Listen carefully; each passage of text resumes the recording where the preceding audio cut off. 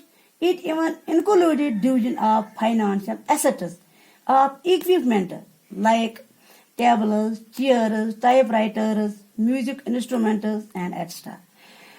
The employees of governments and railways were also divided.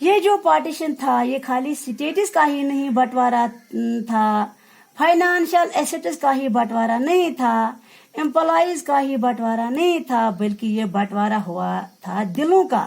یاد رکھیے گا، یہاں دلوں تک کا بٹوارا ہوا تھا، کیونکہ جس کا دل پاکستان میں دھڑک رہا تھا آپ اس کو ہندوستان میں رہنا تھا، جس کا دل ہندوستان میں دھڑک رہا تھا آپ اس کو پاکستان میں رہنا تھا. تو یہ ایک ڈرامہ تھا، یہ کوئی معمولی بات نہیں ہے، ٹریجڈی ہے، ٹریجڈی. پوری ہسٹری گواہ ہے اس بات کی.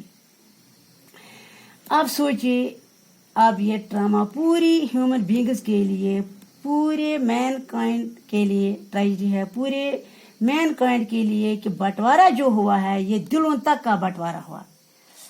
دین after a big problem of partition was problem of minorities. Problem of minority.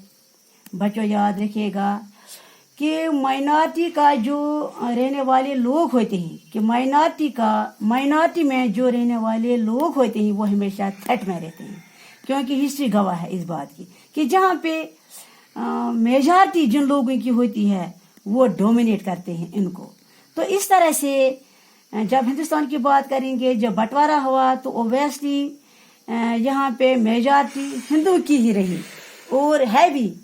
اور اس وقت جو پارٹیشن مسلمانوں کی تھی ہندوستان میں 12% آف پاپولیشن تھی، اور in fact even of the large scale migration of Muslims to Pakistan about 12% of total population of India were Muslims.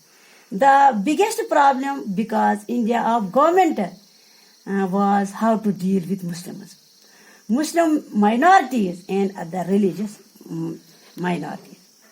ٹھیک ہے، اب ہندوستان کی سرکار کے سامنے یہ بہت بڑا مسئلہ ہے کہ جو بھی مائنارٹیز میں جو رہنے والے لوگ ہیں ان کو آپ کیسے اکوموڈیٹ کر رہے ہیں، آپ ان کے ساتھ کیسا سلوک کر رہے ہیں. چاہے آپ مسلمانوں کی بات کریں یا چاہے آپ سکھز، کرسچنز، جو بھی مائنارٹیز میں رہ رہے ہیں، خاص کر جو پارٹیشن ہوا اس میں مسلم اور سکھز کے بیچ میں بھی زیادہ رائٹس ہوئے. تو اس طرح سے پرابلم جو تھی مائنارٹیز کی، یہ سمجھ لو ایک بہت بڑی پرابلم تھی کہ اس سے سارے جو 12% آف مسلمز ہیں وہ ہندوستان میں ہی رہ رہے ہیں.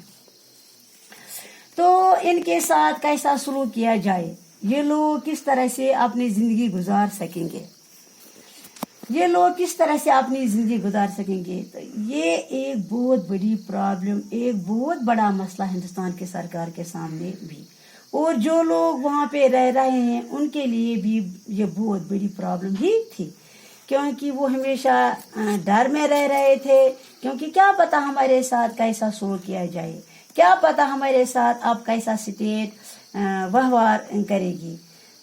سو ان فیکٹ یہ بھی ہم یہاں پہ کہیں گے کہ جو پرابلمز تھی مائنارٹیز کی ان کے ساتھ کیسا سلوک کرنا ہے، ان کو کیسے اکوموڈیٹ کرنا ہے. تو یہ ایک بہت بڑا مسئلہ تھا. ان فیکٹ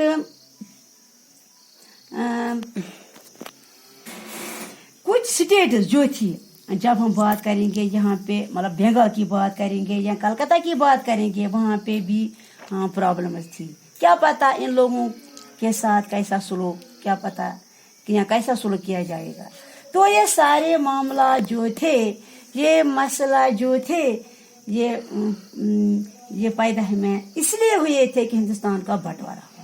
تو اوبیسلی یہ ساری چیزیں ہمیں دیکھنے کو ملی. اور تب آئے ہم جب ہم مائنارٹیز کی اس وقت کی ہم بات کریں گے، مائنارٹیز ابھی بھی تھریٹ میں ہیں. حالانکہ کانسٹیٹیوشن آف انڈیا جو ہے وہ گارنٹی دیتا ہے کہ ہندوستان میں جو سیکولرزم ہے یہاں پہ ہر کوئی دھرم کے لوگ جو بھی رہ رہے ہیں وہ سیف ہیں، and they will get equal protection from law, and they will get properties, and they will get opportunities, they will get liberty.